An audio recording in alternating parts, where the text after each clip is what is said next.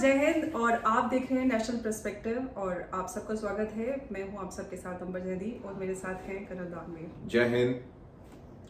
और आज हम बात करने वाले एक बहुत ही महत्वपूर्ण मुद्दे पर, और मुद्दा ये है चंद्रयान 3, जिसकी चर्चा बहुत ज़्यादा भारत ही नहीं बल्कि दुनिया भर में हो रही है कि भारत ने किस तरह से सक्सेसफुली चंद्रयान 3 लॉन्च किया और अब वो अपने जो टारगेटेड ऑर्बिट है उसमें लैंड भी करने वाला है, जो कि 27 अगस्त की डेट दी जा रही है। और उसी पे मैं बात करने वाली हूँ करण साहब आपके साथ कि चंद्रयान 3 जो नहीं, आपको हंसी क्यों आ रही है? जो कि जब हम चंद्रयान की बात करते हैं तो मुझे फवाद चौधरी का एक बयान याद आ गया जो काफ़ी वायरल भी हुआ था, उनका वीडियो, जिसमें वो कहते हैं कि क्यों पैसे खर्च करने हैं मिशन मून पर या इस तरह की चीज़ों पर, चांद पर जाने के लिए, क्योंकि हमें तो पता ही है चांद कब निकलता है, कब छुप जाता है, ये सारी चीज़ें। तो अब जबकि भारत चांद पे एक बार फिर से पहुंचने वाला है, तो क्योंकि पाकिस्तान तो भारत से बड़ी ही नफरत करता है, जिस चांद पर पाकिस्तान का चंद्रयान 3 एक बार फिर से पहुंच जाए, उस चांद को पाकिस्तान देखना पसंद करेगा या नहीं, जिनके झंडे में भी चांद है।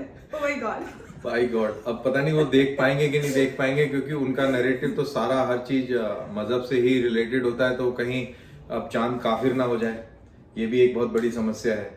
और पता नहीं, खैर बहरहाल ये तो पाकिस्तानी जाने। बट वो फवाद चौधरी कहाँ है, उनका कमेंट अब आएगा कि नहीं आएगा, ये एक $1 मिलियन सवाल जब है। वो सॉफ्टवेयर अपडेट्स हो रहे थे ना, इमरान खान पकड़े गए थे, जी, वो सारा जी। 9 मई वाला जो वाकया हुआ था, उसके बाद से वो बेचारे कैसे पुलिस को देखते हुए भागते दौड़ते हाँ, नजर वो आए थे। जिसमें दौड़ लगा रहे थे वो, तो अब वो चांद के ऊपर कोई टिप्पणी करते नजर आएंगे कि नहीं अब तो आएंगे? उनको कुछ चंदा तारे नजर आ गए। तो बहरहाल ये बड़ा खैर फवाद चौधरी के लिए बड़ा दुखद लम्हा होगा ये। और मेरे को याद है कि जब पिछले जो चंद्रयान मिशन हमारा अनसक्सेसफुल हुआ था, तो पाकिस्तान के अंदर बड़ी खुशी मनाई गई थी और पाकिस्तान टेलीविजन के अंदर भी बहुत हंसी मजाक उड़ाया गया, ट्विटर के ऊपर मतलब भी। ये बड़ी अजीब सी बात है, हाँ। जिन्होंने अपना एक पेन खुद का इजाद नहीं किया, वो हमारे इस तरह के किसी भी मिशन, जिसकी पूरी दुनिया ने तारीफ की कि भारत ने किस तरह से बड़े सस्ते दामों में या कहें बड़े कम बजट में इस तरह का मिशन लॉन्च किया। और मुझे लगता है कि बड़े फख्र की बात है, फख्र की बात है ऑफ कोर्स। और भारत की बात करें तो ये हमारे लिए, हम सब, हालांकि जब वो मिशन फेल हुआ था तो प्रधानमंत्री किस तरह से जो हमारे साइंटिस्ट थे उनको हिम्मत देते नजर आए थे कि ये कोशिश है, हम फिर से कोशिश करेंगे, और एक बार फिर से कोशिश की और सक्सेसफुल होते जा रहे हैं। लेकिन पाकिस्तान में देखिए कि वैसे भी टच वुड कर लेना चाहिए हमें, इंशाल्लाह होगा बिल्कुल होगा जरूर होगा। लेकिन पाकिस्तान, देखिए, अगर देखिए कुछ भी होता है, कोशिश कर रहा है जिसकी एक उद्देश्य है चांद पर पहुंचने का, और इस तरह की कोशिश कर रहे हैं, लेकिन पाकिस्तान ने तो ऐसी कोई कोशिश ही नहीं की। उनके पास तो बेसिक्स तक नहीं है जो अपने आवाम को वो दे सकें। वो लोग इस तरह की मजाक बनाते, तो मुझे लगता है इससे बड़ा दुनिया में कोई मजाक ही नहीं है। इनफैक्ट वो खुद ही एक मजाक का एक पात्र बन चुके हैं। जिस तरीके से उनकी इकोनॉमी है, जिस तरीके से उनके लीडर्स हैं, जिस तरीके की उनकी फौज है, वो कॉर्पोरेट फार्मिंग करने जा रहे हैं। यही कमी रह गई थी पाकिस्तान फौजियों के लिए, वो करने जा रहे हैं। हर जगह पे मायूसी का आलम है। और उनके आर्मी चीफ जब तकरीर कर रहे थे इंडिपेंडेंस डे की, तो उसमें ये कह रहे थे कि आप अफवाह ना फैलाएं, मायूसी का माहौल ना आप फैलाएं। तो ये स्टेटस है, ये स्टेट है वहां पर। और अब जब हिंदुस्तान का लैंडर जैसा आप बता रही हैं 27 अगस्त को लैंड करने वाला है, तो आप सोचिए कि जितनी नफरत वो हमसे करते हैं, हिरस है, चिढ़ है, तो वो उसका क्या आलम होगा, कितना सांप उनके सीने पर लौटेंगे, ये आप समझ। हमारा लैंडर वहां पे चांद पे लौटेगा तो यहाँ पे सांप लौटेगा अंबर। बिल्कुल आप सही कह रहे हैं। उनको तो वैसे ही परमानेंट सांप बड़ा वाला जगह था, अजगर अजदा उनके सीने पर लौटता ही रहता है भारत को देखकर। जिसको देखिए, अरे देखिए भारत कितनी तेजी से तरक्की कर रहा है, हम कहाँ हैं भारत। हाँ, ये बड़ा हर एक पाकिस्तानी उसको अब देखिए, कंपैरिजन भी अगर मैं करूँ तो शायद अपने किसी बराबर के इंसान से करूँ जो शायद 19-20 ऊपर नीचे, थोड़ा बहुत आगे पीछे, उससे हम कंपैरिजन कर सकते हैं। लेकिन मुझे लगता है कि वो लोग जो भारत के साथ कंपैरिजन करते हैं पाकिस्तान का, ये सबसे बड़ी बेवकूफ़ी है, सबसे बड़ी बेईमानी है। आज भारत दुनिया की तीसरी इकोनॉमी बनने की राह पर है। वो आपने बचपन में सुनी होगी मेढकी और घोड़ी की कहानी, जिसमें मेढकी कहती है कि जब मैं चलती हूँ तो ये तकबक तकबक आवाज क्यों नहीं आती, तो मेरे भी नाल लगाई होनी चाहिए। और नाल लगाने गई और वो फिर मेढकी खत्म हो गई। तो ये कुछ इसी तरीके का हाल है पाकिस्तान का। अब नाल पता नहीं लग रही है कि लगने वाली है या क्या है, कह नहीं सकते। पहले तो कलर साहब मेंढकी के साइज की नाल वो बनाएगा कौन? हाँ, वो छोटी सी एक नाल बनेगी है, फिर वो बाय और गॉड। मेंढकी से याद आ रहा है, जब मैं 12th में थी तो हम लोग जूलॉजी में डाइसेक्शन करते थे मेंढक का और ये सारी चीजें जी। तो बड़ा अजीब सी फीलिंग आती थी मेंढक को। तो अब ये है बहुत, इनफैक्ट एक चीज को लेकर बड़ा दुख भी लगता है, क्योंकि I am very sure Pakistan के अंदर भी बहुत समझदार और अच्छे लोग भी होंगे। अनफॉर्चुनेटली उनकी आवाजें सुनाई नहीं देती हैं, और उन लोगों से मैं माफी मांग लेता हूं कि भाई आप इस मजाक को मजाक उनकी तरफ डायरेक्टेड समझिए जो लोग जहन से छोटे हैं और जो इस तरीके का मजाक उड़ाते हैं। अगर पाकिस्तान को वाकई तरक्की करनी है तो कंपैरिजन करने के साथ साथ वो मेहनत भी करें और अपना रवैया भी उदार बनाएं, चेंजेस लेके आएं और डेमोक्रेसी सही मायने में लेके आएं। अभी जिस तरीके से वहां पर सिलेक्टेड नॉमिनेटेड डेमोक्रेसी है, जो चीफ चाहेगा वैसे होगा, तो मेरे ख्याल से तरक्की नहीं होगी। आपने पढ़ाई लिखाई का भी पूरा सत्यानाश कर दिया। वहां पे सुनने में आता है कि जो साइंस भी है वो उसमें भी इस्लाम डाल दिया आपने हर चीज में इस्लाम डाल दिया। आप इस्लाम पढ़ाइए, लेकिन आप किताबों को तो बख्श दें, जिससे कि आदमी का जहन जो है वो खुले और साइंस और टेक्नोलॉजी की तरफ उसका रुझान हो, और फिर तरक्की भी होगी। लेकिन आप लोगों ने अपने पूरे माशरे को इस तरीके से जकड़ रखा है, और एक तरीके से बस ये मेडकी वाला हाल हो चुका है मेरे ख्याल से। यही जिस मुल्क के अंदर तालीम बिल्कुल जर्जर हो गई, मेडिकल फैसिलिटीज जर्जर हो गई, तो मेरे ख्याल से वो मेडकी का हाल हो गया है। जो आपने बात कही है एजुकेशन को, तालीम को लेकर, तो मैं एक चर्चा कर रही थी एक अपने चैनल पर, और डिस्कशन के दौरान ये बात सामने आई। पाकिस्तान के जो बड़े सीनियर लोग हैं जो फिक्र करते हैं इन सारे मुद्दों को लेकर, उन्होंने ये बात कही कि जो हमारे थीसिस होती हैं डॉक्टरेट की, वो भी अगर कोई सबमिट करता है तो पहले इस्लामिक नज़रिए से उनको देखा परखा जाता है।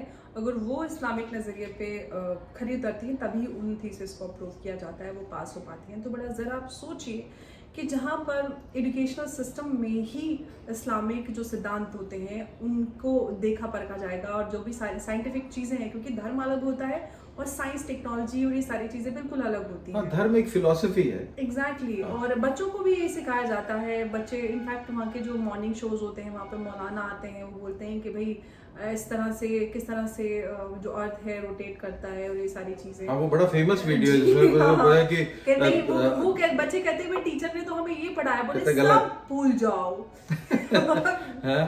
और किताब में ऐसे लिखा है। और जरा सोचिए, जब इस तरह की चीजें बच्चों को पढ़ाई सिखाई जाएंगी तो किस तरह के जहन तैयार करेंगे।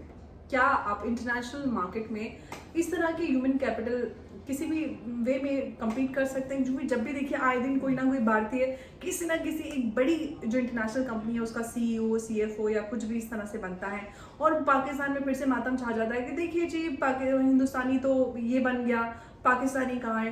अरे भाई, जब आप गधे घोड़े प्रोड्यूस करेंगे तो कहाँ से वो लीड कर पाएंगे? यहाँ पे बातें होती हैं कि गधे चाइना को एक्सपोर्ट कर दो, कुत्तों को पालो पोसो, उनको भी चाइना को बेच दो, और आप इस तरीके के, हाँ, वो आपका नजरिया ही उस दायरे में सीमित है। तो आपको पोल्ट्री फार्म या अस्तबल का ही मालिक बनाया जा सकता है, और तो कुछ नहीं बना पाएंगे। और इनफैक्ट बहुत ही मेहनतकश कौम है सिंधी भी, और आपके पंजाबी और ये सारे के सारे, लेकिन वो सब के सब जहनी तौर पर गुलाम बना दिए गए हैं, बेवकूफ़ बना दिए गए हैं, और अब एक दूसरे के पीछे दौड़ रहे हैं। और आपने देखा कि कैसे पाकिस्तान में आए दिन माइनॉरिटीज को टारगेट भी किया जा रहा है। तो ये इसी चीज में फंसे हुए हैं, और इस दलदल से बाहर निकलना ये चाहते भी नहीं है और निकल भी नहीं पाएंगे। इसके पीछे की करना साहब एक बड़ी वजह ये है कि जैसे कि हम बार बार डिस्कस करते हैं, जब भी पाकिस्तान की बात आती है, कोई भी इस तरह का मुद्दा आता है, तो सबसे इसकी बेसिक जो वजह वो यही है, ट्यूनिशन थ्योरी। इस वजह से बनाया गया कि हमें धर्म के आधार पर एक नेशन बनानी है, जो कि एक दुनिया का सबसे बड़ा झूठ है।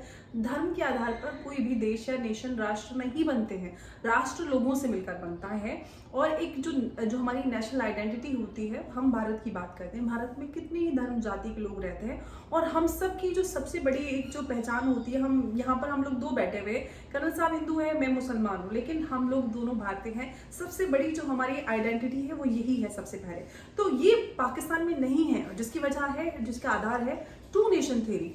और बार बार वो जो टू नेशन थ्योरी का जो जनाजा है वो अब तक घसीटा जा रहा है, लोगों को के जहनों पर उसको ज़बरदस्ती मसलत किया जाता है कि कायदे आज़म जिन्ना का ये विजन और अलाना फलाना हमने यूँ आज़ादी, जो झूठी सारी चीज़ें, इतिहास झूठा, पहचान झूठी, नाम झूठा, काम झूठा, उनके अंदर झूठ, जिनकी बुनियादों में झूठ और नफरत होगा, तो यही अंजाम होगा जो आज हमारे सामने और अंबर हिपोक्रेट सोसाइटी है। मैं ये इसलिए बोल रहा हूँ क्योंकि हम लोग यूनाइटेड नेशंस में मिशंस पे जाते हैं जी। और हर साल बहुत सारे फौजी जो हैं विदेशों में जाते हैं और पाकिस्तानी भी आते हैं वहाँ पर। और जितने भी लोग वहाँ पर गए, पहले गए, आज गए, अभी जो हैं, उनसे जब बात करते हैं तो वो यही कहते हैं कि पाकिस्तानी और हिंदुस्तानियों के बीच में दोस्ती बहुत अच्छी होती है और पाकिस्तानी जब भी हिंदुस्तानियों के यूनिटों में आते हैं और जब उनसे मिलते हैं तो उनकी एक ही ख्वाहिश होती है, उनको विस्की पीने का बहुत शौक है, तो विस्की बहुत पीते हैं। और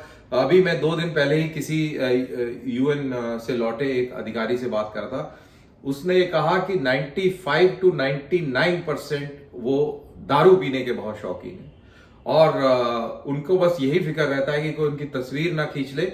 और उन्होंने बड़ी इंटरेस्टिंग बात कही कि वो स्टील के ग्लास में या प्लास्टिक के ग्लास में दारू पीना पसंद करेंगे या चाय के कप में, मग में, जिससे कि वो दिखे ना, वो किसी भी हालत में दिखे ना, कोई फोटो भी खींच ले तो उसमें पता ना लगे, लेकिन बहुत शौक है। तो अगर आपको शौक है लेकिन आपने दिखाना कुछ है, तो देखिए हिपोक्रेसी कितनी जबरदस्त है। Exactly. और इस हिपोक्रेसी के चलते आपको लगता है कि कोई मुल्क, कोई मुआशरा तरक्की कर सकता है, और चांद तो बहुत दूर की बात है, आप अपने घर को संभाल लीजिए। बिल्कुल, घर तो बंजर वीरान होने की कगार पर है दुनिया। बल्कि कहना ये चाहिए वो घर जिसका किसी का बेडरूम, किसी का ड्राइंग रूम और किसी का आंगन छीन के जो घर बनाया था, आज सब लोग जिनका घर आंगन सारी चीजें पाकिस्तान में चुराकर एक पाकिस्तान बनाया था, जो कि एक अननेचुरल स्टेट है। और इसमें एक अंबर एक इसमें एक चीज और क्वालिफाई कर दूं, मैं जब ये बात कर रहा हूँ, मैं तो ये कहूंगा कि हिंदुस्तान का मुसलमान ज्यादा बेहतर मुसलमान है, क्योंकि हमारे फौज में इतने मुसलमान अधिकारी हैं, दोस्त हैं।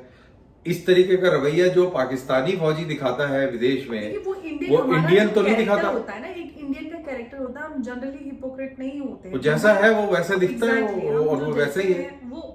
वही होता है ना कि एक इंसान का जो कैरेक्टर होता है वो उसकी जो आसपास का उसका कल्चर होता है, जो उसकी सराउंडिंग होती है, वो वहां से बनता है। हमारे इस तरह की कोई किसी पे कोई बाउंडेशन कोई डिप्राइव नहीं है, नॉर्मल है, सब एक तरह से रहते हैं, सबको इक्वल राइट्स हैं, किसी पे कोई ना पाबंदी है, ना कोई किसी को जज कर रहा है। हालांकि थोड़ी बहुत चीजें जो सोसाइटी में होती है ना, ऑफ कोर्स, लेकिन एक लार्ज स्केल पर ऐसा कुछ नहीं है कि किसी को सप्रेस किया जा रहा है या किसी को टारगेट किया जा रहा है या आपका कोई अच्छे धार्मिक होने का कोई पैमाना बनाया हुआ है।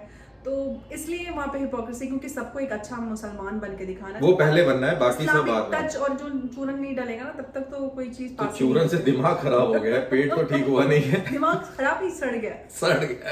बहरहाल तो खैर हमने फवाद चौधरी का भी मजाक उड़ा लिया और बिल्कुल बनता है। और जिस दिन ये लैंड करेगा बड़ी इम्पोर्टेंट बात कही तुमने, सोचे कि बताइए, चांद तो नजर आ जाता है।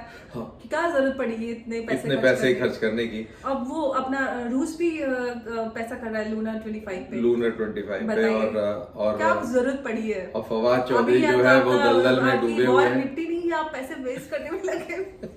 तो इसी पॉइंट पर अपने इस वीडियो को यहाँ पर विराम देते हैं और पूरी तरह उम्मीद करते हैं कि 27 तारीख को हमारा मिशन पूरी तरह सफल हो जाए, जिससे कि एक वीडियो और हम फवाद चौधरी पर बना सके और पाकिस्तानियों को एक पैगाम दे सके अपने तरीके से।